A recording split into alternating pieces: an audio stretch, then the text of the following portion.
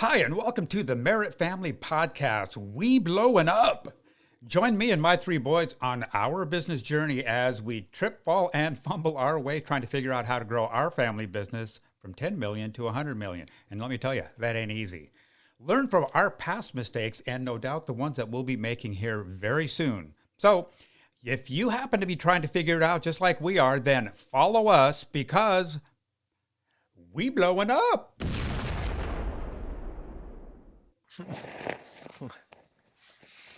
So what are we even talking about, though? Like, This is classic. This is classic. This is exactly how it always goes. It's like all we're trying to decide on is something very simple. What do we want to talk about? And then I made the big mistake of just saying, do we want to just record and then hold back on releasing it until we get the details figured out? And that ended up with a big long conversation about nothing. In the meantime, we still don't know what we're going to talk about. So it's literally the podcast of it's the podcast of knowing nothing. We're just going from nothing. Why to do you something. think we do this, Dad? You literally taught us the ways. You taught us the ways. You made us go into the. You made us go into the. You made us. it's all your fault. You made us go So you're saying it's my fault? Is that what you're saying? It's all your fault. It's my fault. This is what Okay. you created. Yeah. Wow. You showed us the way on. You just go into government agencies and then you just make it happen. They're not expecting me, and then you say, "Yeah, you're expecting me," and somehow you're talking about conference phones when you don't even know anything about the conference phone. Oh my God! You're like, brewing. You're like, that's your conference phone? Not anymore. This is your new conference phone. I'll be packing that up with me, and we'll be leaving this one behind. It's great. You had absolutely no plan.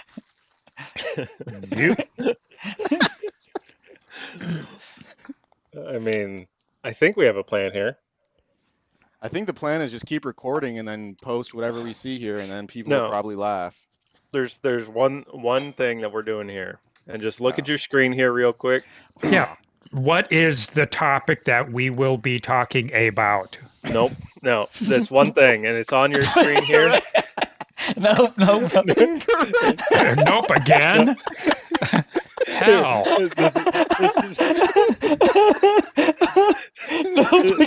Incorrect. No. Incorrect.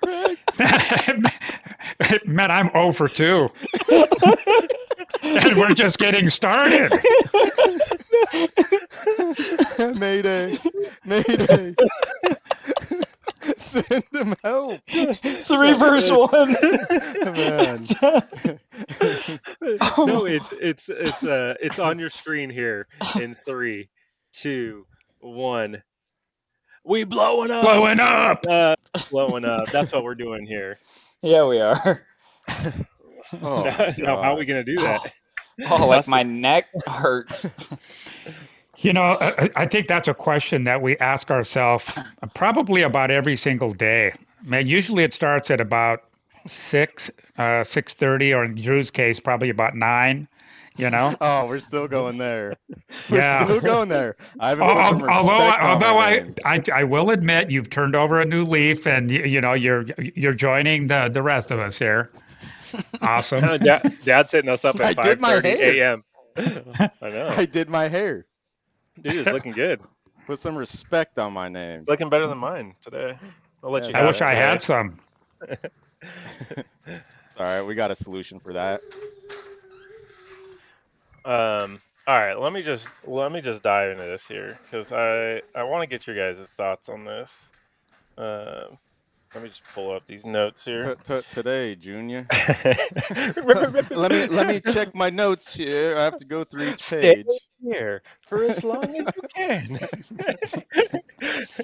No, we blown up. All right, so I was watching the Full Send podcast, and it was featuring Mr. Beast, and they were talking about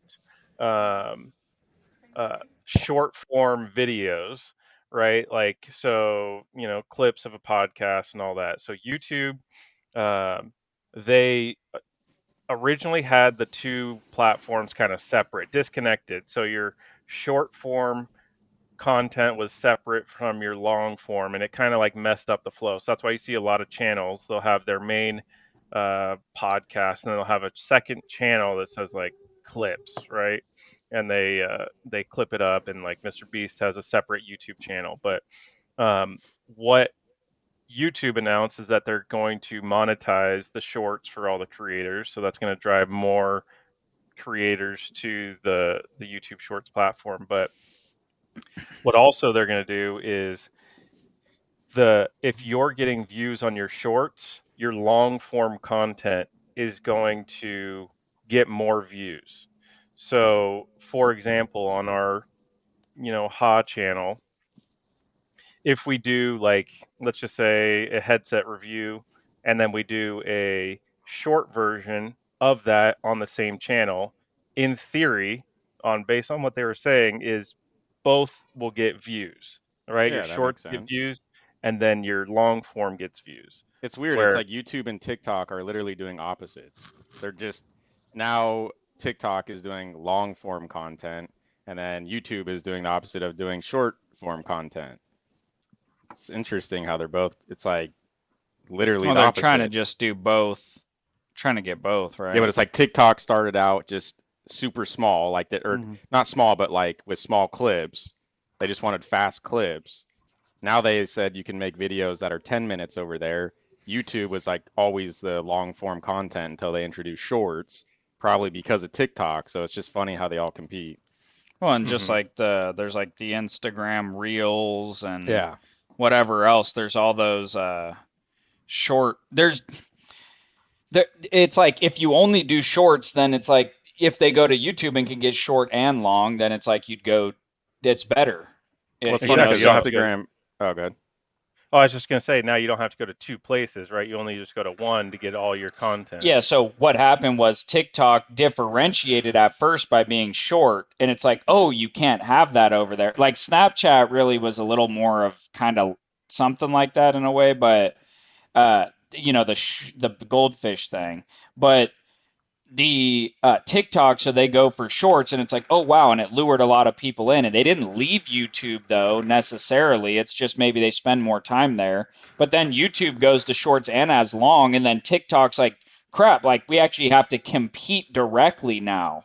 So then it's like we have to add long to actually compete, or else they're superior, clearly, because it's just they've got it all where we're the one trick. They can do it over there too. So yeah, it's crazy. So it's crazy because the Mr. Beast guy Jimmy, he was just saying, oh yeah, like on TikTok I do like, it takes me like an hour, 2 hours, and I'll come out with what he calls a banger, and it'll get like 20 million views. And it's like, how do we do that? Like, what can we do? Well, we can do, because the problem, what they do, like Mr. Beast and stuff, like they do a lot of like brainstorming. They have groups that are thinking about it, talking about it. Nah, not that idea, this idea. And they like put all this into it. And then sometimes they'll drop, like Mr. Beast, and he did a whole one, and then he doesn't like something how it went, and he scraps it millions down the drain. Yeah. So there's like a whole different level of scrutiny and decision-making process and debate and idea and preparations and all that we just don't do any of that. We just create some sort of short. Oh yeah, call it the headset, the Jabra Evolve 275 review, and it's like, yep, that's good. It's like, is that really clicky? I mean, we do bangers all right, but then ours are just head bangers, banging our into head. the wall. Man, it's like, yeah, we gotta blow up. We gotta blow up. We're going viral. Yeah. So what we would do is like, if we were like, hey, we're creating a banger on the shorts or something, then it's like, it's like a brainstorming. So we don't want to take any time to do that. We're like, this is pointless. And the people that are successful, the people that are successful do that. We say it's pointless, and we don't succeed. Well, And yeah, so, Mr. but Beast was obsessed with YouTube when he was, and if you look at his journey that he shared, it's like took 10 years or something like that to be where he's finally at now. But it's hard, and it's also when you're trying to grow a business and you're doing marketing, I guess is what we do. We do a lot of random things in marketing, but you can't necessarily see the success. So you're like, oh, like when I make videos in the studio, I'm like, am I even contributing to the company at all? It feels like I'm doing absolutely nothing. well, so I think there's different types. Like there's the organic, or I mean the keyword videos. Like that's like a big part of what we've done on YouTube is just keyword research videos. So whenever they type that in, it doesn't necessarily mean they're going to be the viral videos. It's just when anyone's searching for stuff like this, they always see us. So that's great. But then that we don't have to only do that though. That's like one of the things we should do, but we should also do the bangers that are like, can get 1 million views and stuff like that. And we can do that. Like that walkie-talkie one was kind of sick. Like stuff like that because I even showed Daphne that. I Mm-hmm. even showed her like, look at this short. Like didn't even tell her anything. Look at this, and then she literally said, "Oh, I could use that to like contact these people. How do I get one of those? Like, what is that?" Like she started saying that, and that's a random person. That's not anyone relevant to this, right? Yeah. And there was engagement, and there was things like, oh, there was something to that one. There was something. Yeah, I mean, obviously it's not like going crazy, but it's like I'm just recording these shorts just to try things, just to like, because I don't, because we're in a different category. We're not entertainment, right? Like, which this can bring a whole separate topic because we can get into that here in a second, because that's always running through my head a little bit too. But um, we can come up with like these shorts and these tests, and that's why we're just trying them to figure out what works for if you sell office chairs, we sell headsets, but if you sell like office chairs, how do you get a video about office chairs to go viral? If you're trying Look, to sell dude, look office at how chairs. many companies are making something that you would have never thought that you could market it any better, like soap. What was that one I bought, Dave? Squatch Mm-hmm. soap. They just like their videos and content were so good. Then you hit their website and you're like, yeah, I definitely want soap that doesn't hurt my body. You just, it's just like I had to buy it. They did so good. Or Dollar Shave Club. They turned the whole razor industry. We're talking about Sure. razors, Yeah, into a subscription model. right? But Yeah. they made it entertaining where you're like, oh, now that guy sells. I don't know how big that company got, but Yeah, lots they're of selling more millions. than razors these days, you know. Exactly. Definitely. Yeah, Dave, a little while ago you were talking a little bit about creating content and all that, and trying to see if you can get something going viral and all that. Something that obviously we struggle with is trying to determine the path that we want to take. Do we want to make it purely informative and all of that, or do we want to try to blend in some of that entertainment value and making it, funny or something like that?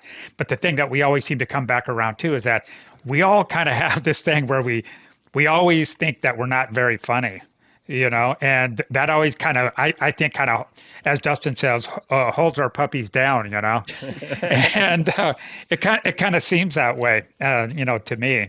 Um, Also, a moment ago, Drew, you were talking about Mr. Beast taking 10 years to find his lane and become successful. Um, it kind of struck me when you said that a lot of people wouldn't really have the vision. And if they do have the vision, they wouldn't have the staying power and the ability to stay the course. Most people will just, if they don't see success in a reasonable period of time, whatever that may be for them, uh, they just pull the plug and they go do something else. Yeah. But people that are committed, that really are committed, to that mission, if they do stay the course, you can be wildly successful, if you happen to have a good idea and you're decent at what you do, you know. He took your philosophy, Dad, and he just outworked the rest. He just was obsessed. Mhm. All he talked about was YouTube, and he wasn't even in it for the money. Yeah, He was just like, yeah, I love YouTube. The money was like an afterthought to him. yeah, He would just double down on content, and then it just naturally progressed in the direction that he went, and then he was an overnight sensation. yeah, right. A 10-year overnight sensation, right? Yep. It's You just know, hard to. like in our business, for example, if we were to just continue to stay focused on just helping customers, that's it. Just help customers. What challenges do you have, and what solutions do we have that can help resolve those challenges? And just every single day, sun up to sundown, we just stay focused on that. Um, I just don't know how any business could be unsuccessful. I mean, I think of all these different companies that I do business with, one that's kind of really irritating me at the moment that isn't doing that. And to be honest, it's kind of pissing me off a little bit, and that takes a lot to get me there. Um,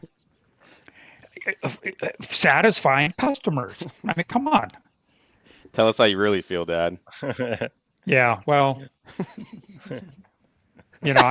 I'm pretty easygoing when as you guys know, but then everybody has their limit. That's Uh, right. so I don't know, Yeah, but I'm. I digress. Yeah, I'm just really curious to see like how the podcast and all our other shorts work out on the short form content. Like, it's something that we haven't found overly successful yet for us. Obviously, a lot of people have found it really successful, but just kind of Yeah, curious to at see. least when I'm how I operate on YouTube, and that's just me personally. Just when I'm on my phone, when that's where I'm usually looking on YouTube is like Yeah. on my cell. So I open up the app and refresh, like pull refresh. Okay, just get whatever. And then what I'll do is if any like, recent video pops up that's just showing to me that is curated for me basically, that I'm like, oh wow, that's actually a good one from some channel that I like or something like that. I might watch it, but it's like 10, 15, 20 minutes. So I might just it mentally be like, okay, hey, I'm going to watch that. But not right now because I'm not going to sit here for 20 minutes right now, but that's just something on like this evening I'm going to like pop into that or something. Hmm. Um, but what I do is that I'll view a little bit of that, but then I go back up to there's a little shorts section that shows me the shorts, and I know you can push the shorts button, but there's just this little side scroll, and so I just see what they feed me, and then I look at the title of what it says, and then I just kind of swipe through, and then I see one, and I'll click it, and that's how I consume it, and then I scroll through the YouTube a little bit more, and there's a little another second section that has the shorts again, and then I'll do that same thing, and I'll just kind of like do that for a little bit. And when I'm clicking on ones, it's like something maybe with the image and the title what it says, but the I know the image I don't think you can control it on the shorts. YouTube just kind of picks it, but you can control the title, and those ones that are catchy titles, those get me a lot of the times, that are something about that title just compels me to want to see what it is. So I personally think that we need to spend a great deal more time on titles, what the title would say, especially on those clickbait sort of videos, or not clickbait, but on the shorts, on the ones that are like, let's say 30 seconds or less. I think that title matters a lot for getting people to click. But that's my opinion on and how I use it personally. But I don't know if a lot of people use it the same way, but that's how I do it. Now I the think question So is, if you watch anyone on YouTube on the shorts or the long form content, have you ever bought any service or product from any of these videos you've I watched? personally haven't, but I almost bought the a few hats. I went actually to the website of the Patrick Bet David one, and I went and I saw he had the hat on or something, and I saw the hats on the table or something. And I was like, oh, those are kind of cool. And I really liked the podcast and then so then I saw in the description, I went to the link, and then it was like you could buy each of these 3 hats, or there's like a value pack. You get all 3 for a few dollars savings or something. And I almost actually bought like 3 different value packs, and I was going to give them to you guys or something. Just like I actually thought I was going to buy a bunch of value packs, like 3 hats for me and then 3 for each of you guys for those. But then actually what held me back was, well, a couple things. One, I was like, oh, do they? Well, one, I didn't know if all of you guys wear the same size hat because it was like small, medium, and then like medium, large or something.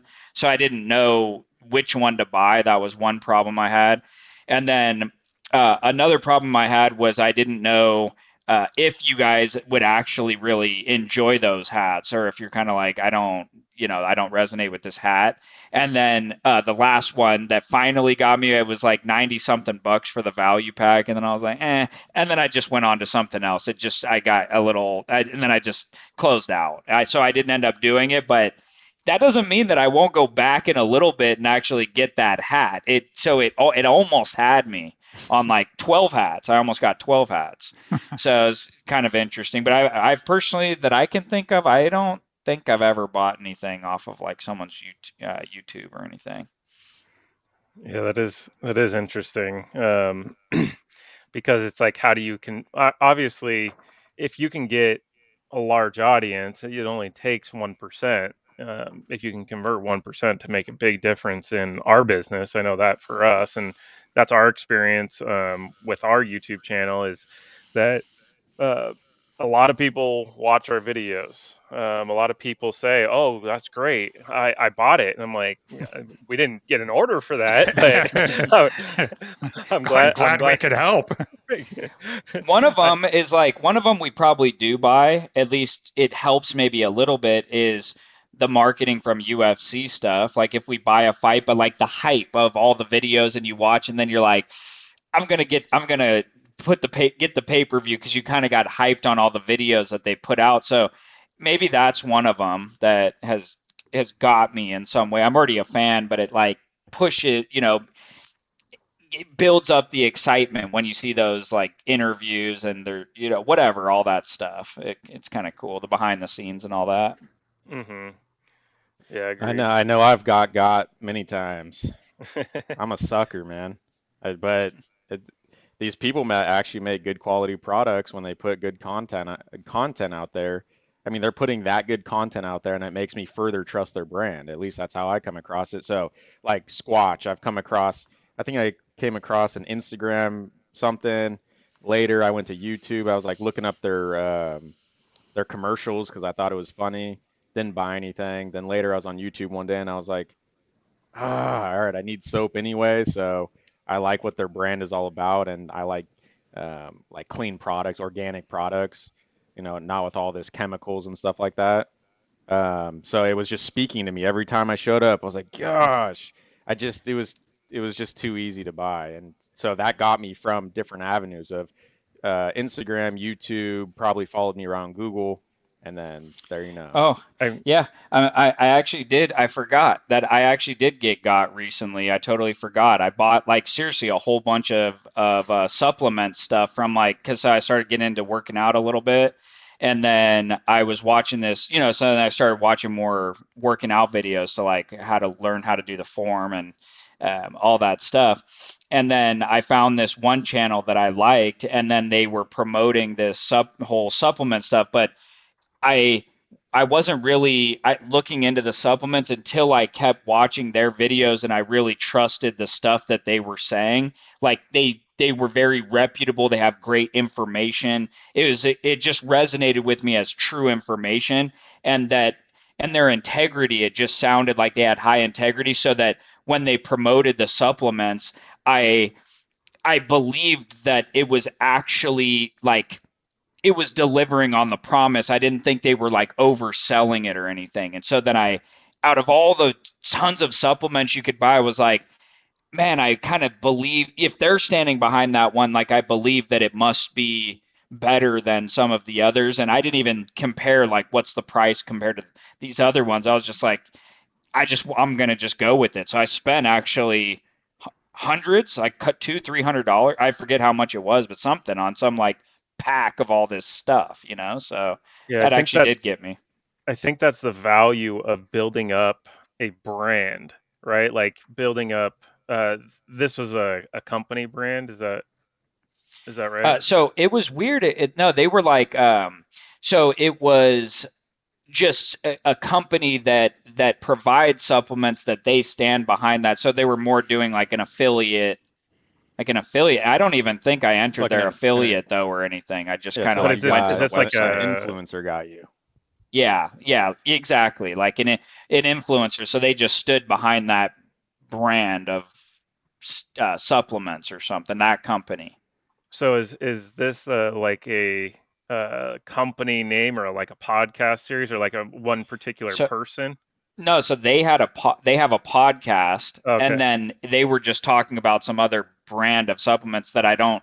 Maybe they're a part of, maybe they're not, but it was like some company that does this. Yeah, so it's like some podcast group that was talking about this supplement ended up Yeah, being, yeah, I think that's like the value in like that podcast brand. So just like what we're doing with this podcast is now we can help build up our reputation. We can help people along our journey of blowing up and be able to build our personal brands for ourselves and build trust with people.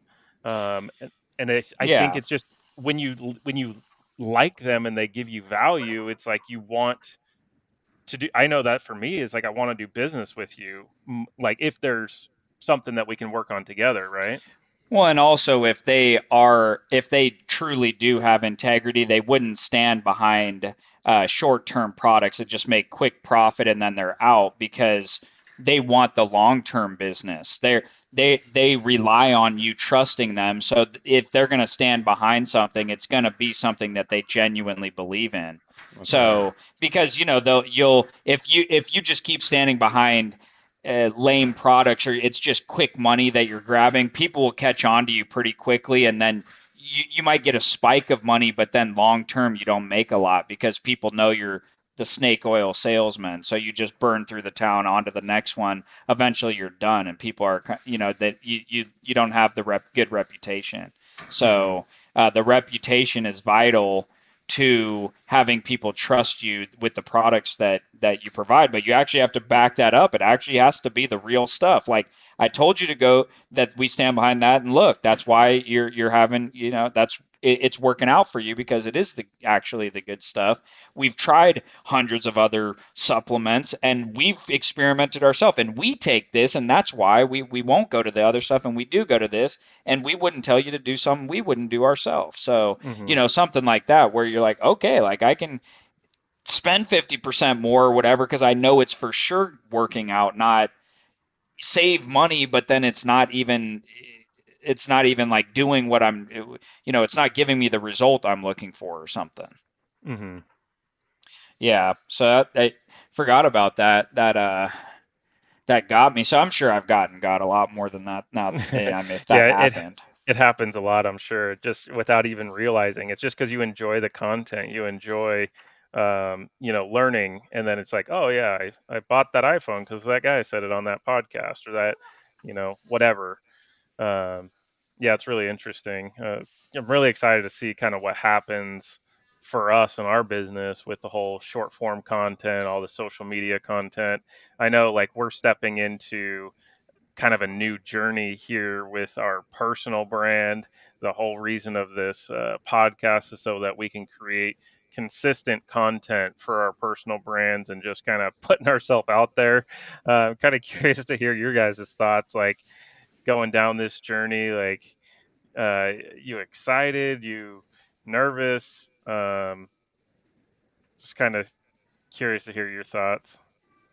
Well, myself personally, I find it kind of interesting just the course change that we've taken in really a pretty short period of time because, like, for example, how long have we been doing videos, like YouTube videos? That's been, what, a couple of years? I think it was like what like a year, like November of It's 2020. probably like a couple years. Yeah, it's Yeah. been 2 years or even a little less than that. So just think about what we were doing prior to that, and then what we're doing just a short 2 years later. How many YouTube videos do we have? I think you mentioned it the other day. It was like several hundred. Yeah, like 800 and almost 850 almost. Uh-huh. So we have a lot of video. We have, and more coming. We have blogs. We have audio blogs. We have podcasts, and then we have this. Um, so in a short period of time, we've actually made a lot of progress. So myself personally, I'm really proud of that, and you guys are to be congratulated, really, because you guys are the heart and soul behind the vast majority of that. So that's really cool. Um, but as far as what we're going to be doing with this particular content, yeah, I guess it's an unknown, like most of the things that we've embarked on, really. And, we just sort of have that blind faith, create the content, put it out there, and hope it resonates with some people and helps people, and they like it and use it and can share it. So we'll see where all this goes. But myself personally, I'm very interested in to seeing how it all sort of plays out. Uh, but I think it's a good thing what we're doing myself. Yeah, I look at it like um, it's an opportunity to more fully expand just to more fully display like who I am and the values that I can bring, because as we've been doing our business, it's very narrow. I'm talking about technical products and a very narrow field. And yes, we're getting into sales training and marketing and all that stuff, but this allows a broadening of the conversation of interests and topics that we can speak on.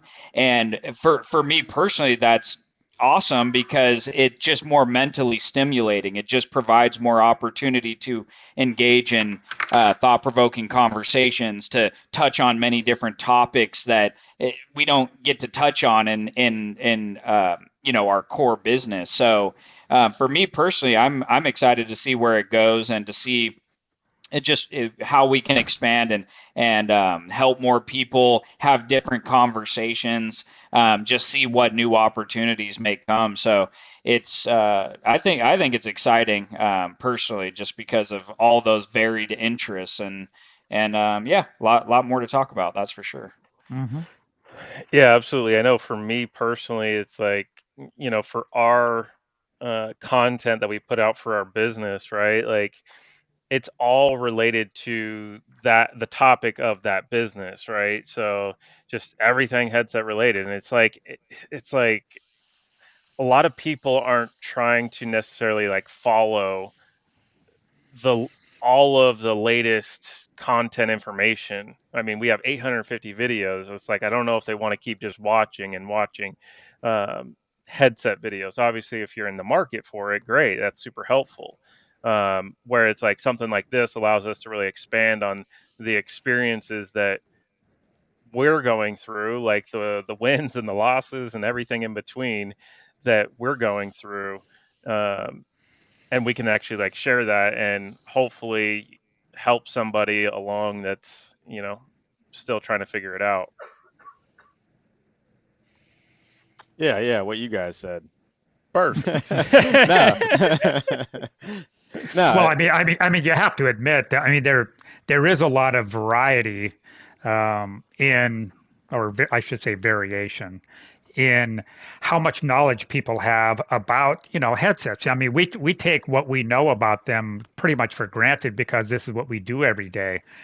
But other people, they run businesses and they buy maybe as their needs demand, lots of different things, not just headsets. So, when the time comes that, they find themselves in need of some headsets, um, the content that we produce can be very, very helpful, to people. Everything from being informational, in them doing research to, troubleshooting and comparisons, and I mean, all of that other stuff. So, yeah, I think the content that we're producing is valuable. And maybe I think at times we might even undervalue it at times. Yeah, it's I just think it's like definitely helpful, but it's not gonna build a following of people who to know who you are. Yeah, they're gonna get helpful information around headsets and all the content that we provide, but you can't generate a podcast, in my opinion, or that feeling of knowing who these people are, following a headset show. Hmm. We've Sure. proven it's just, and it's really not that exciting, at least on my end. Just sitting there talking about headsets, people aren't uh, sitting at their house or on the go thinking about, hey, let's pull up the headset podcast and listen to a comparison. Right. Yeah, I agree with that. I guess a lot of people would say headsets aren't just all that sexy. I mean, that's the first thing. And the second thing is, I mean, it's just kind of even though they play an important role in a lot of people's lives when they're at work, I don't think it's really in the forefront of their minds to be in any stretch of the imagination. You know what I mean? Well, So yeah, it yeah, would be I, like I, I agree with you, Drew. it would be like welcome to the the printer podcast where we talk all about printing paper and the nuances of printing. It's like, yeah, that's, just, it's just not it. There's a place for everything, and the place for that one is in the garbage can. That's where that one belongs. So for this just allows us to, it's not really talking about our specific business per se. We can, of course, talk about it, but it's literally talking about our journey to blowing up. People that are listening to this is more not let's help you find a headset. This is more let's be in a community on a journey together of blowing up. This for people who want more, want to strive for bigger things, or want to add to their staff, serve more customers, to increase their income, help their families out more, and live in better places and have security and financial freedom and all those things. Yeah, for the people that want more, that are willing to do more, this is a community that we're trying to build called We Blowing Up. And so we're blowing up, but we want to blow up with you, and that's really what this is about. So it's more exciting. It's really a bigger mission, a bigger goal, a bigger vision, and a different conversation than just helping you with a small product. That doesn't mean that there isn't value in that, but this podcast is more about building that community. So really excited to do that, and I love being surrounded by positive people, by people that are ambitious. That never gets old for me. Like when you have like a sales team, when I'm dealing with the salespeople.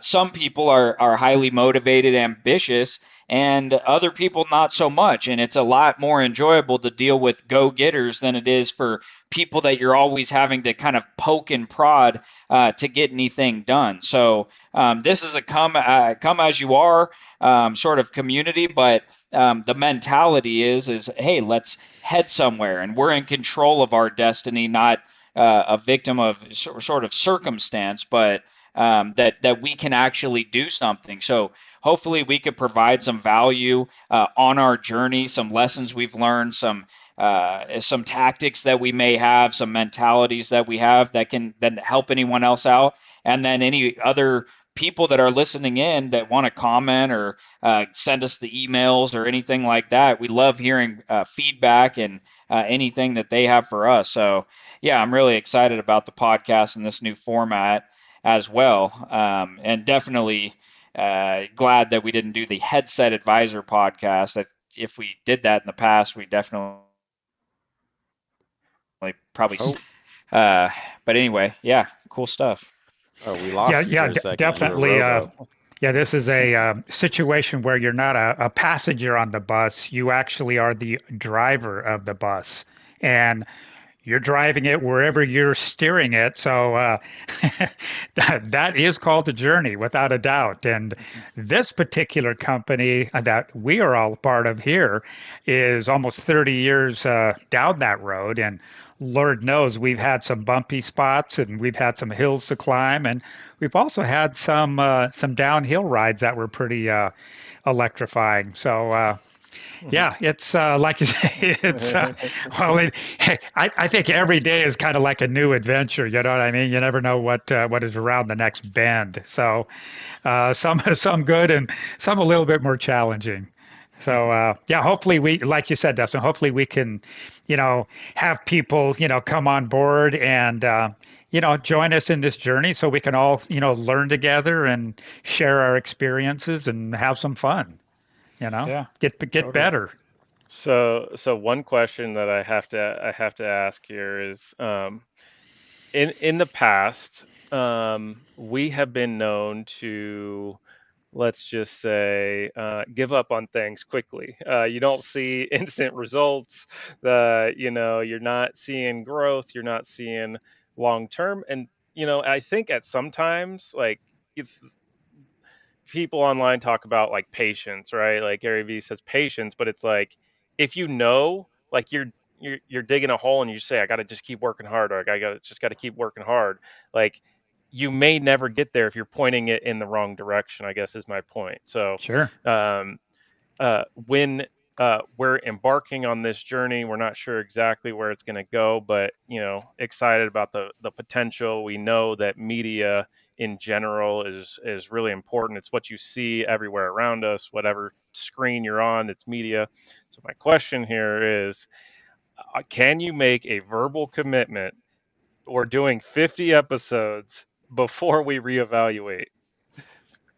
Oh, this is like you getting us all to say yeah, huh? Yes, Then you're you gonna have look to make back a and say, you committed. You must show up. You must show up. Is that what you're gonna tell us if we don't do it? That's right. Like, no, it's something about, you're saying the words physically out loud. You write the words down on paper. It's like a declaration. So are we committed or are we not committed? That sounds a little bit to me like the old school example of ham and eggs.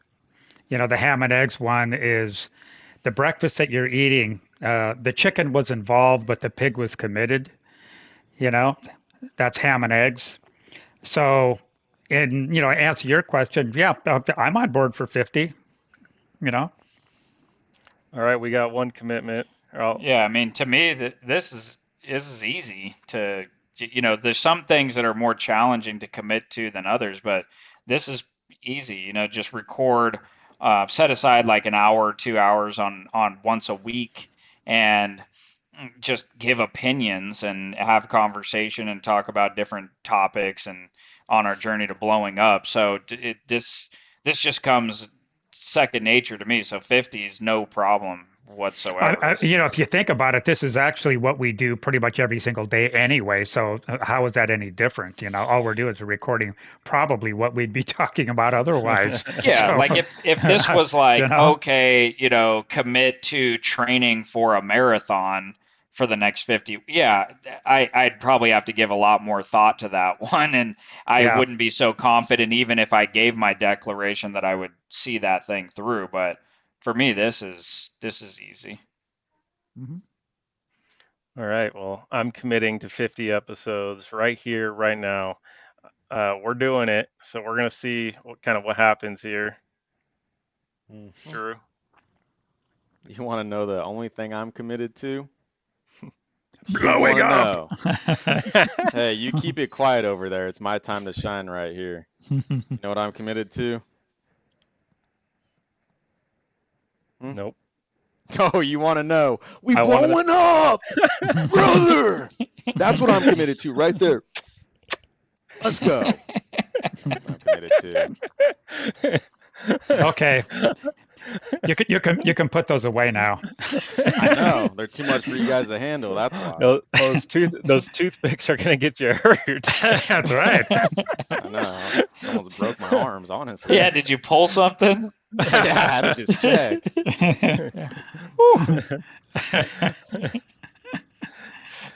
That's what I'm committed to. So you got my buy-in. All right.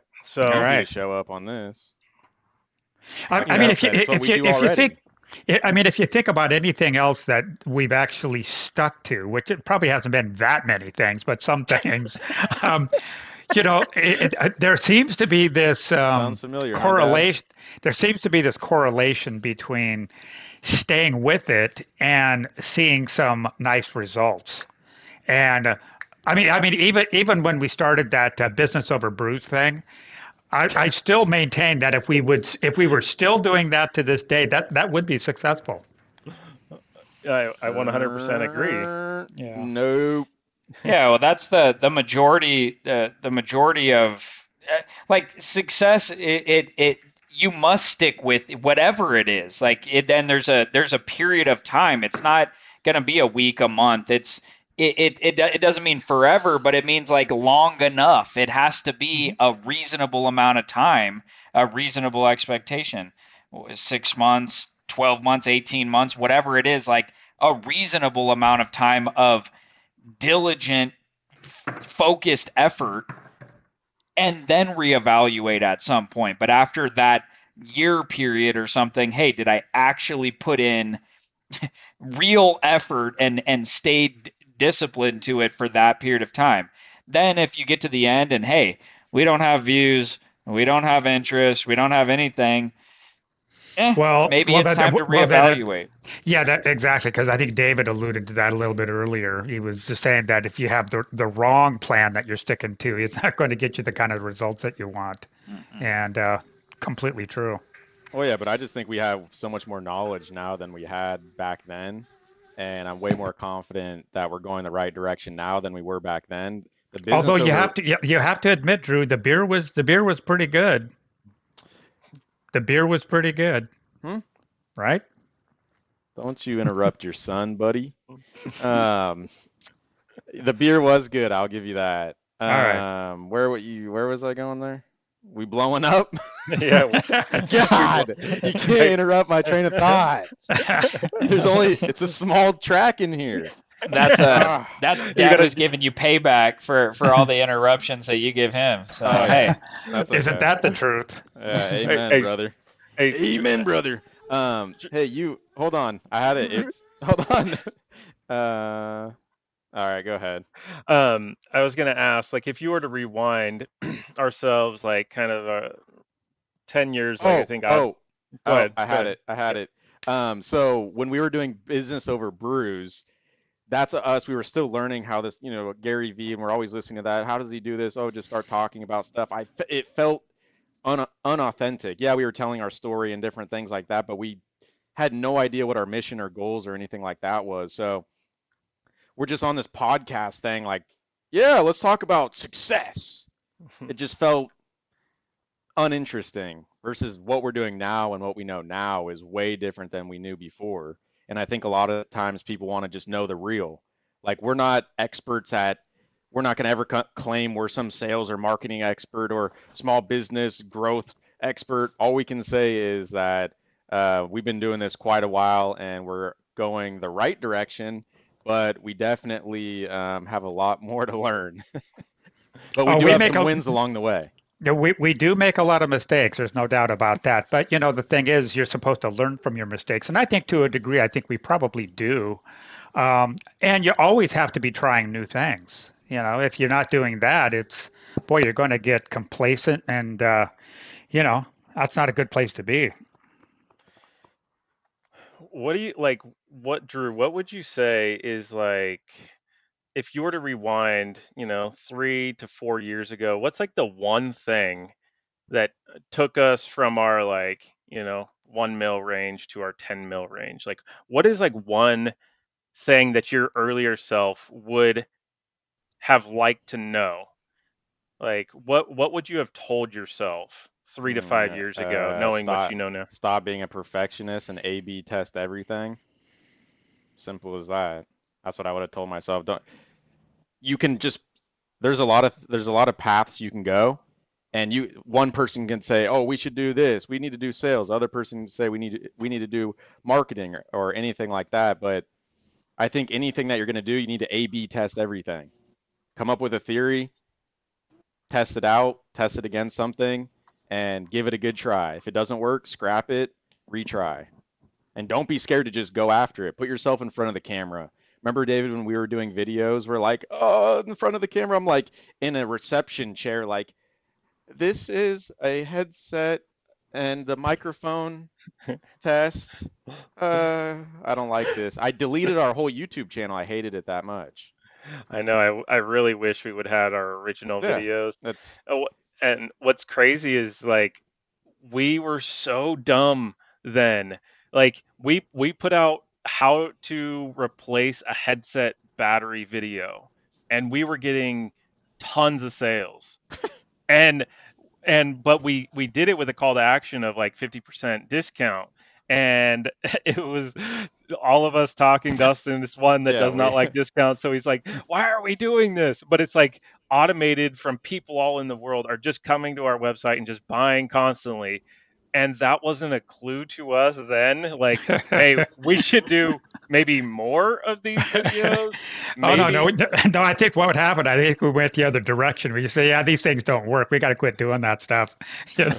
Well, oh yeah, no. quit So doing that. a big problem. So one thing that we could learn from that is that each of us, so we're in like the core circle of running the business, right? But we had these different roles at those times where I was a commissioned sales rep. So even though I'm on the inside, I was paid just like any other commissioned sales rep. So you're hearing from me with too much influence for what just a regular like a sales rep should be. So I'm like making decisions that's not good for the company because I'm just trying to get my own sales number. So that's exactly what a sales rep would have been like, but it wouldn't have necessarily gone through had it not, like if it came from them versus it coming from me.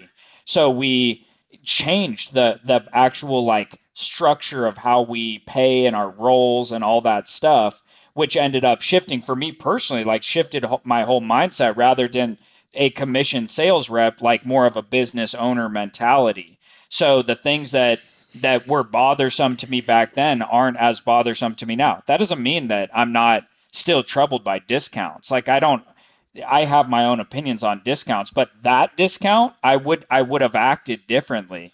I would have had a different opinion on that one. I would have said it's working. This is a good thing. Like look at all the sales that we're getting from it. Yeah. Whereas I kept seeing it undercutting my sales number. I'm like, hey, it's cutting me in half, and then I'm losing all of the commission that I would get from it, me personally, because that's how I was compensated. Yeah, well, I mean, that brings in a whole lot of topics, but I mean, from like, I don't know, like, because we were so I mean, we had a lot of like business structure problems, so making sure we have good foundation of business in order for you to have the mental capacity and ability to be able to focus on those things. But we were just like, just trying stuff, and it's like we should have logically been like, oh, we got to keep doing. I mean, because this is probably like 7 years ago that you're talking about that we did those videos that were actually working. And it's like we should have doubled down, tripled down, 5x down on YouTube Mhm. then. It Sure. wasn't until less than 2 years ago that we doubled down on YouTube and just started putting out tons and tons of, review content and content around like the products we offer. And it works really well. So like back then, imagine if we would have done that, it would have been like, so my advice would be for somebody that is not currently putting out content on your products or services is start putting out content immediately on YouTube based on what people search for. So if they're looking for, Dustin, you said printers, you're looking for like a certain HP or Xerox printer, you're putting out review videos, comparing them, showing the pros and cons, why you want a laser one versus this one. So you just want to give like your value to your product offering as fast as possible. That's like the one thing, like knowing what I know now back then, and it's just 10x the media that we would have done back then to today, because we would have been 5, 10 steps ahead in my way of thinking where I'm at right now. Yeah, well, when you don't do it and you're not in the trenches of doing it, though, it seems like, oh, how do I get started? This seems expensive. This seems like a waste of time. Uh, no, I'm gonna have to hire a camera guy, editor. How do you edit videos? Even if you simply just get started by taking your iPhone or a webcam, like I did, you can go look back at our YouTube channel, and it's hard for me to watch those videos. Put a webcam on, or use your cell phone and put it up with a tripod and hit record. No editing, literally. Just get used to doing it. And if you get some people looking at it, that gives you fuel to then start actually investing in this channel. So for me, again, it always goes to testing. And just like this podcast, give it a good try. It That's doesn't have to right. be perfect. You don't have to think about, think a little bit about it, but more than anything, put it out there, see what happens. If you're seeing some traction, some people resonating with it, then you're onto something to then, hey, let's go put some more effort in this area. Well, and at the same time, be committed. Be committed to, to the mission and stay with it because it's almost like you need blind faith because you create the content and it's not the kind of a thing that you see immediate results from as far as like to your bottom line. So you have to create the content more like content that's helpful and informative rather than a sales pitch. I mean, you don't Yep. really want to be doing that either. So, um, yeah, I think you have to have a certain amount of faith in what you're doing and then just stay with it. It literally has to be 100% about the audience and not self-serving. I Hmm. can test for our when we were creating videos, like we were trying to figure out things. We were in a sales mentality and not in a marketing mentality. So Sure. some of our videos are coming across as these sales pitches, and it's like even making the video, you didn't feel good about it. So as soon as we changed our mindset and we doubled down and committed to do YouTube for at least a year, we said we have to do this for at least a year, and it was more about just making helpful information. Not everyone's going to come buy from you, but that's okay. You're going to get a percentage of people that will come to you and buy from you, and you'll also get brand awareness of yourself out there to know who the heck is in this company, who are these people in this business. Hmm. So I think a mistake of ours in the past was making self self-absorbed content, thinking about it in a sales mentality rather than a just a simple marketing or helping mentality, It, and it's Well, totally different. even yeah, even sales though done properly, it's supposed to be about helping and serving and finding the right solution, solving problems for people. It's not about me. Yes, you want it to be win-win, of course. Like a lose-win relationship is not a win at all. But it's supposed to be with the intention of helping that customer. So it's other focus, not self focus. So if we're doing it properly anyway, that should be the way that you operate when you're doing sales well. You shouldn't feel like the person shouldn't feel like they're being sold to. They should feel like they bought. It's a joyful experience. Like, oh wow, thank you so much for your help, and then they like make selections based on the recommendations you're making and so on, and it's not like a pressure cooker where you're backed into a corner to make a decision, kind of like a fight for your life sort of thing, or like pressing. And I'm not saying don't nudge people to make a good buying decision or something at certain points if they're on the fence or whatever, but the overall idea should be about helping and serving, and that should be no different with the content we create. That should be no different with like really anything that we do. That's really the core of it all anyway. And we So surely learned that. We Well, yeah, surely learned that. like I said early on, is we've made a lot of mistakes. And, Drew, you just pointed out one of them, is the type of content that we're creating. And we learned that there was a better way and we adapted. And I think that's highly important. Well, yeah, we're like in the mindset. Yeah, we got to make our dad proud and we got to keep the sales coming in. So that's coming across on the video of like, I got to sell something today. So we're coming, at least myself, I'm coming from like the sales mentality of the day-to-day sales that you're doing and whatnot. And I would translate that on the videos in the early days. And it just doesn't people don't want to hear a sales pitch on a helpful video. They just want to get helpful information when they're researching, looking for guidance, looking for help on their product.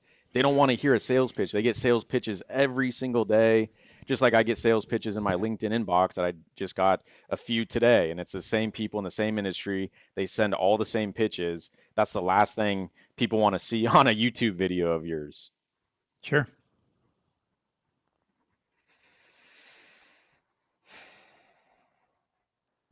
Yeah, you tell them, Drew. Yep. That's what I'm sticking to.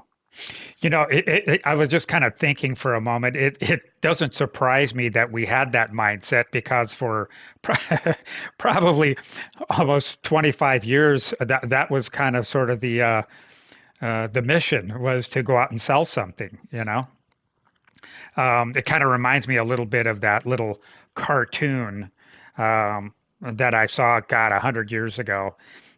It has this barren landscape, and there's one dead tree in the foreground, and there's two vultures sitting up in the tree, and one vulture is looking at the other vulture and says, "Wait for something to die. Hell, I'm going to go out and kill something."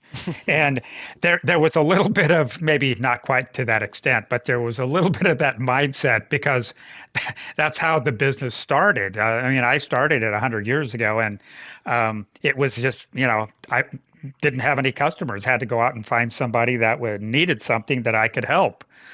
So, you know, that just sort of expanded as we grew. And it wasn't until, I don't know, just not that many years ago that we sort of took, I guess we got to the fork of the road, and we said, oh, do we continue going down the sales road, or are we going to take the right up ahead here and start doing more marketing and, you know, draw people to us rather than reaching out, you know, cold, for example, whether that's walking in a door, picking up the phone, or sending emails or whatever. And that's what we did, is we changed, we evolved. And so we become more marketing driven rather than sales driven, which is not to say that we don't have salespeople and we don't sell things, because we do. And any business that is in business to stay in business and to grow has to sell something, you know. So yeah, well, really the past, though, it's just a different avenue. So the past, the marketing was, I've got some brochures and I'm going door to door. That is marketing. That's the sales conversation isn't starting until somebody says, okay, like let's have a conversation, or and then there's the sales process. But the only major difference is that the barrier to entry to mass marketing has been largely diminished or erased completely, because anybody can start a YouTube channel, anybody can start a podcast these days. Look at us, we're on here. I mean, I don't know, did this even cost us anything? I think it's just time.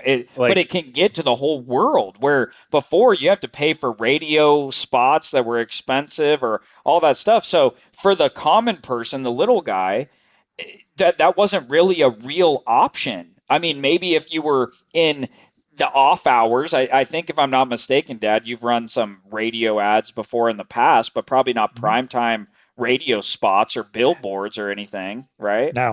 No, I did. You know, the local, I think it was KFBK 1530. Yeah, it was the morning drive.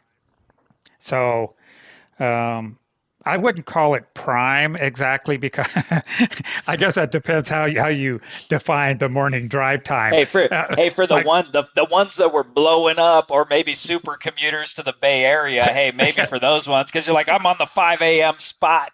I think you hit the nail on the head. I think that's exactly what it was. It was about the 5 a.m. Time spot. But yeah, we had some radio, and we did all kinds of other experimental things, some of which worked and some of which didn't. You know, that was probably, even for the 5 a.m. spot, for like a small business at that time, that was kind of like a risky investment. Like, you know, hey, we need to get people. Because this is hard. It's hard to find customers. It is very challenging. So now more than ever, it's like, it's easier than it's ever been. And it's absurd that people aren't taking advantage of this, and it was absurd that we weren't taking advantage, but we are now, so we can't go back. If we could, we would have changed it. But anybody listening that's not doing it, do it now, and do it lots, and stick with it. That's just, it's very clear to do that. Yeah, and make sure you're coming out with helpful information. It has to be all about them, nothing about you. Helpful information. They come to you, great. If they don't come to you, great. It's just as simple as that. But as soon as we stuck with it for that year, when me and you were doing the videos, David was doing at his house, I was doing videos at my house, and then we finally at some point saw that it was working, even though I don't know why anyone was watching or especially I can speak for myself, my videos in this room, but the lighting was dark. It was bad. It was horrible. But people were commenting on the stuff, and they were like, oh, this is great. And I'm just sitting here like, you really are watching this? All right, I guess we're on to something. And then that's when we invested in the YouTube studio, a camera guy, editors, all of that. Then you just see the progression of our channel just keep getting better and better and better because we stuck with it. We did it, and it was helpful. All about them, 100% about them. Yeah, and y'all kind of add to what you're just saying here. We got better. I think we're always trying to get better. I mean, even if you take a look at our content today and compare it to our content just a year or two ago, it's dramatically better. And it's my hope and desire that we continue to make it even better. So, I mean, even when you think that you've got it as good as you can, make it, you can always be better. Dave, is it easy to share a video on here? Yeah. Like through our YouTube channel? Like we were swinging and trying all these different things. Like we hear about this YouTube shorts and, you got to do short form content. I don't know. We hear from all the experts out there. All right, well, let's just go give it a try. One of those videos that had me dying, and this is just something that you have to just be willing to put yourself out there no matter what you do and experiment. The one of us flipping the headsets, Dave. Oh gosh. Let me see if I can find it real quick. Headset grill. If you can't do it easily, it's fine, but Oh, you mean serving up headsets piping hot right off the grill? Yeah, it was like and it's like 12 views. yeah, 12 views. We're blowing up. Yeah, that was probably those 12 views are most of us. Views. Yeah, right. Like watching it again, just laughing at how bad it is. Well, in our thought process, we're like, oh, people are gonna think this is hilarious, and that was one of the worst ones. The ones that we didn't think were gonna be great are the ones that produce the best. All right, let me see if I can share it here real quick. Oh man, that would be epic. This is bad. Yeah, I think when I go to barbecue on my free time, I may cook up a hamburger, some hot dogs, or maybe a filet mignon from time to time. But today I have something new I want to share with all of you. Go ahead and follow me in real quick. Let me share this with you. Oh, God. Look at that. As As you can see, these are some brand new headsets hot off the grill. This just needs a good flipping. Go ahead and season that baby up. Season it evenly. Go ahead and close the door. Now, within 30 minutes, that's going to be ready. As soon as that order's in, it's going to be delivered to your doorstep within 2 business days. If you want to join millions of other customers with a hot off the grill headset, contact a headset advisor, and we'll match you with the perfect solution for your needs. Oh my God! We're going at round 2. How do I get rid of this? Oh, my face is hot. That is so bad. Gotta get a hot off the grill headset. Oh, me and David sat there for 2 hours. David was doing it at first. I was like, get out the way. Let me give this a try. I got I have a mullet. Why do you have a mullet? That is that was the perfect hairdo. That was the perfect hairdo for that video. It couldn't have been better. It was perfect. No, yeah, watch this. Watch that video blow up after people see this episode. We're blowing up. Oh man, that no, is they're too not. funny. So it just shows you to split test everything though. So like Dustin can have an idea, Dad, you can have an idea, David, you guys can all throw your ideas out and be like, no, my idea is the best. Mine's the greatest because of X, Y, and Z. Do it and see what happens. That's all that matters is what everyone else out there sees and views as funny or entertaining or helpful. If you post videos out there, especially on YouTube, they're going to tell you if it's good or not so good. I'll tell you that much. Well, that's for sure. Drew, what is the saying that we say when we're trying to make decisions? We It's blowing up? well, besides that one, when we're thinking of which idea to do, and we get heated debates like oh, office versus like home. What did we say? Do you remember? No. No. All right. No, I can't think. Facts over Oh, feelings. facts over feelings. Yeah. Yeah, that's what I'm saying every time. And then we say, well, Dustin will say, no, B2C. I'm like, well, throw it out there and see what happens. No, B2C. You can keep saying that, but Yeah, so that's throw the it out there. initial, that's like the initial, there's some, that doesn't mean don't think at all, though. Throw it out there with no thought. That's what I'm getting at is like, when I say, hey, that's B2C, I'm not saying I'm right. What I'm saying is my instinct or my theory is that it's not. So of course you could test it and you could disprove that, but there is such a thing as an educated guess. Is it always right? Of course Sure. it's not. But you can say, hey, based on these variety of factors, I just don't think it would be the way to go. Again, could be totally wrong. Could be. But, you've got to use some sort of logic or reasoning or something and before like as a preliminary to actually making a decision. But yeah, no, I'm totally on board with, with testing it or hey, let's see what the facts are over just how do I feel it should go? And you have to move aside your ego. Like that's difficult for me because I have strong opinions a lot of the times. But do we want to win or do we just want to do we want to feel good? It's like who cares about that? Like let's do what it takes, whatever's required, and if that means I'm wrong the rest of my life, every single day, every single thing I say is wrong and I'm disproven and that makes us win, then I'll just be wrong. How about let's do that? So, that's just what, how we've been operating, and getting better. But at least to shift and just to answer, at least for my take on one, at least major takeaway with like what we've learned or looking back, like, you know, what we learned is a word that comes to mind for me is delegation. So a difficult thing to do for any business owner, especially like the founder, is to start delegating tasks and start delegating roles. It's scary. It's your sole source of income in many cases, and you believe that you can do it better than anybody else can. And if you give it to someone else, that they might mess it up, and it's very risky.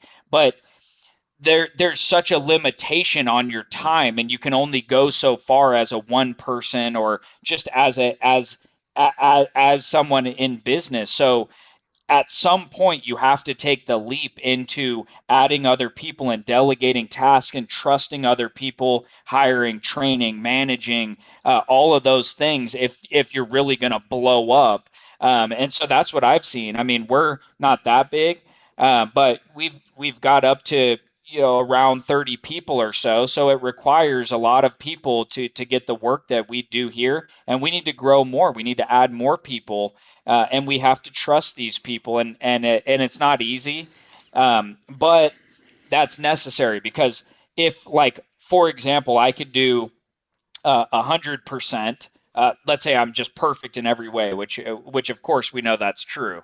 But let's say that I could do 100%, and then we add in two other people, two people that are 75% of me, but 75 plus 75 is 150. So yes, they may do it a little worse. They'd probably do it better than me. Really, how good am I at what? Like, I think I'm a lot better than I actually am at a lot of stuff. There's a lot of people that do really good work.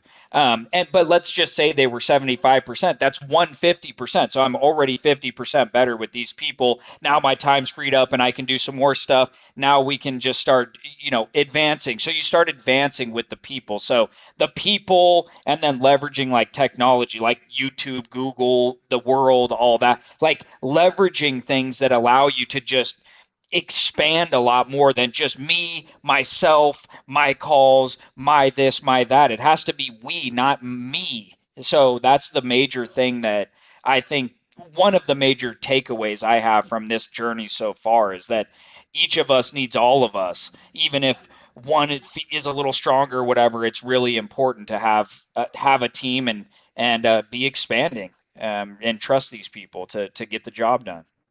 Well, yeah, we got kind of blessed that we all get along for the most part. For the most part, yeah, is for the right. most part, yeah. So, but at the end of the day, we're all on the same goal of we blowing up.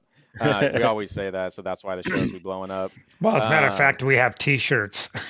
Yeah, those ones are have a little bit more character than our logo here. But yeah, having a team of people. So I always look back on Dad, your journey, and from an outsider looking in, what you could have done in the early days before we got old enough to know what the heck we're doing. You were so good at sales. You just needed some people to help with like accounting and support. If you could have delegated that properly, you could have just kept getting more and more sales, and then it would organically have grown that way. So for us, now we have 4 people that can do a lot of different jobs. So if I'm doing something bad, I have 3 other people that are holding me accountable. Like that's not so good. That's really bad. Yeah. And so there's that. Yeah. There's the self-employed. So it's like a lot of people, they go from an employee, so they're working somewhere, and then they're like, hey, I'm going to take the leap. I'm going to strike out on my own. So they go to self-employed, but they're the accounting department, the shipping department, the sales, the marketing, all of it. And then the leap to go from employed to self-employed, you got to be a brave individual just to make that leap, because you're going against all the security, the safety, the benefits, all that stuff. And then it's like you've got nothing and it's all on you. You have bills, you have just the weight of the world. You got to be a little bit loony to even decide to do something like that. But then so that is just hard in and of itself. But then to go from the level of self-employed to a business owner, meaning other people are doing the work and it's getting done whether you maybe are involved or not, that's a whole different level of operation from that point. So there's some transitions, and it's growing pains, and it's tough. Like not everybody can. Some people hold on so tight to that self-employed they can't become a business owner. We wouldn't be here in the form that we are right now had you not been willing to relinquish some of those controls. Like Dad, for you personally, like if you had not done that and said, hey, I'm going to dish this and dish that and let that happen, not everybody will do that. So that is what allowed us to get to actually business ownership level. We're at now. I think one of the reasons why that happened was there were so many years that I had to do everything, and you pointed that out a moment ago about, you have to wear all these different hats, and it's completely 100% true.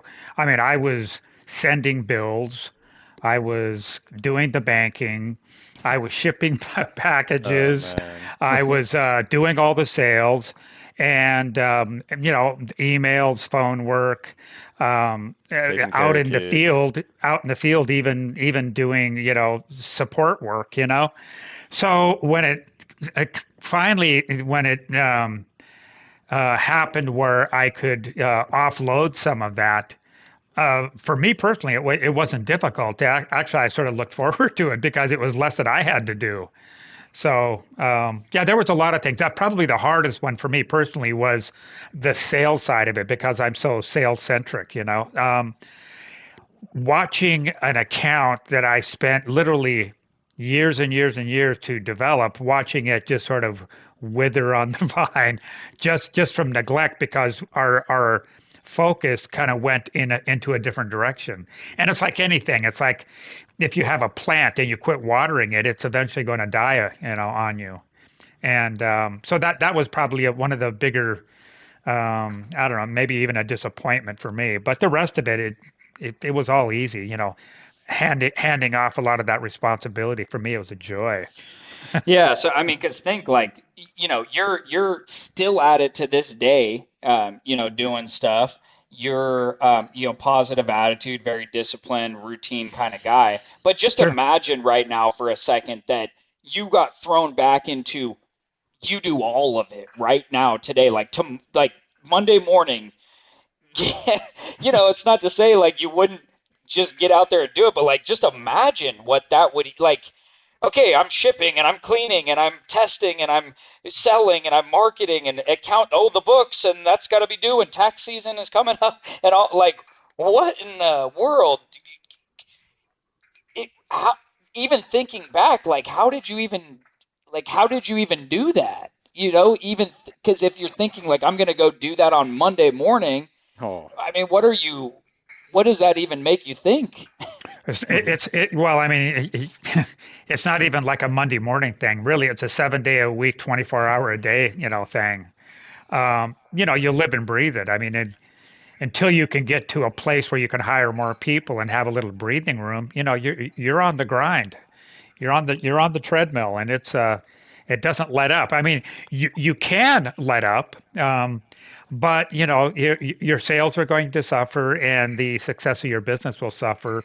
And then, of course, if you want to start just prematurely hiring a bunch of people, that might end up backfiring also, because it might put the business, especially if it's in the early years, in a very precarious position financially. So it's a balancing act. And then, of course, you throw the government into the middle of it all, and that just makes things even more complicated. So it's not easy. Running a business isn't what a lot of times, I don't think it's what people think it is, who haven't started one. It's not easy. It's a continual challenge, really. Yeah. Yeah, a lot of times from the outside, people just look at like, you get a business card and you get to put a title on there Sure. like business owner or CEO, like I'm the boss of things. And it's like, yeah, good, yeah. that's a rocky ride. So like, cause I can't relate to starting some. So when you talk about that, it's just, that has to resonate. Anybody that listens to this that has started their own business or is currently like doing all those jobs, that's got to resonate with them with where they're at. But um yeah, it should though be a temporary condition. Like if the Mhm. business, if you get a little bit of breathing room, and then you need to at some point take that step to delegating to really start to build it out in a scalable way. How could you stick with just you do everything for like year after year, decade after decade? That's a lot. That's a heavy burden to shoulder that. So like most people, I don't think they're probably going to go back to doing a regular job or something like that. I mean, Well, so that's, that gets back to commitment. Are you really committed? You yeah. know? Yeah, I just think it's so important though to really have a way out to build out the business and really delegate it, to start to say, hey, okay, maybe I'm stronger in the sales, so I'm going to delegate some of the bookkeeping and some of these other work, and hey, I'm still in the business, but I'm not doing everything Yeah, little it's like bit your by 80 bit. hours or 60, 80 hours. I don't know if that's even accurate, but however many crazy hours that you put in, it's like that should at some point go down 40 Mhm. hours at minimum, 40 Sure. hours, maybe 30 hours. All right, I'm working 25 hours. Okay.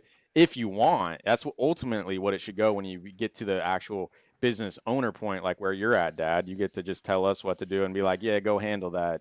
Kids over there, have fun. You don't have to Well, work 40 hours a you week. know they always say is that you create a corporate organizational chart, and in the beginning, your name is in all the boxes, and the idea over the course of time is to start replacing your name with someone else's name in those boxes. And I think at this particular point in time, I've pretty much replaced my name out of all of the boxes. Really, when you come right down to it. So that's actually a good thing, because That means that's you what made it. yeah, that's what you're trying to do, is you're trying to, get off that hamster wheel.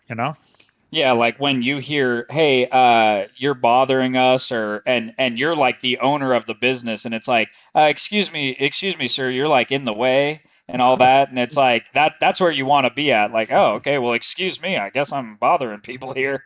And it's kind of like, they're getting the job done, and you're kind of just really more of a more of getting in the way of the daily work by checking in, because it's the systems are in place, the managers, the processes, all the people are doing it, so it doesn't require your continual efforts or Yeah, it's whatever. a weird transition, I bet. It's just like you went from working in the business for in the trenches for 25 years or something, and then it's like, for a lot of people, that would be very hard to just take out all that work and go trust people to go get the other things done and then just sail off into the sunset. So there's different chapters of it's like starting it, growing it, doing all the work, then getting people to do it, and then you sailing up, maybe doing what you want in the business, but not spending your whole life Monday through Sunday, having your notes prepared on Sunday and getting a good sleep and waking up on Monday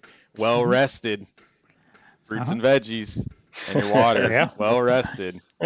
Shouldn't be that forever. No, not if you're doing it right. And a moment ago, Dustin had mentioned about that we have the people, the manager, the processes in place. Well, that's a subject unto itself, because that takes some trial and error as well in order to dial things in. It isn't you just set it up and then everything's hunky dory and it's great. Sometimes you have to do some course corrections along the way. Maybe you've got the wrong manager in place. That manager steering in the wrong direction. Maybe you have the wrong employees, and maybe the right employee, but in the wrong position. So you have to kind of realign people. There's all kinds of things that you have to do. There's course corrections everywhere. So I think we've done a pretty good job to be able to identify a lot of that. Certainly not all, but a lot of that. And I think we've done a good job to get things set up so things are running smoothly. So that too. And like, say, even just like as a kind of add on to that with the redundancy as well, that's another thing, because it's like one person could be the right person, but then for whatever reason they just aren't here any longer, just can't do that job anymore, whatever it is. Well, now what do you do? So that's why setting that up, like contingency plans and all that sort of stuff, just being prepared for if this happens, what do we do? And so just to cover your bases and be prepared. And it's a lot more, you can, so sometimes those lessons are sometimes learned the hard way, because then if you don't have that in place, it's like, well, I guess I'm back in a job until we can get this established again. So it's like, that's your system isn't, your business system isn't as secure as you think it is. You get tested. So that's definitely a test. If someone goes down, or if multiple people are out or for the day, for the week or whatever, does it still go on without you inserting yourself into fill in the blank role? If not, then it's not as bulletproof as you thought it was. It's only, it's kind of fragile. So you've got to build it a more secure foundation. So really getting that redundancy built in is huge. We're not fully redundant so there's some where you're like, I'm very redundant here, and some you got to strengthen that up a little bit, and it ebbs and flows. Maybe it's good, and then all of a sudden you get hit with 2-3 people out of that section, and then now you're kind of in a bad spot. So you better, get to hiring or get to shifting or something to get that taken care of. So, it's kind of that there's always something. It's definitely not a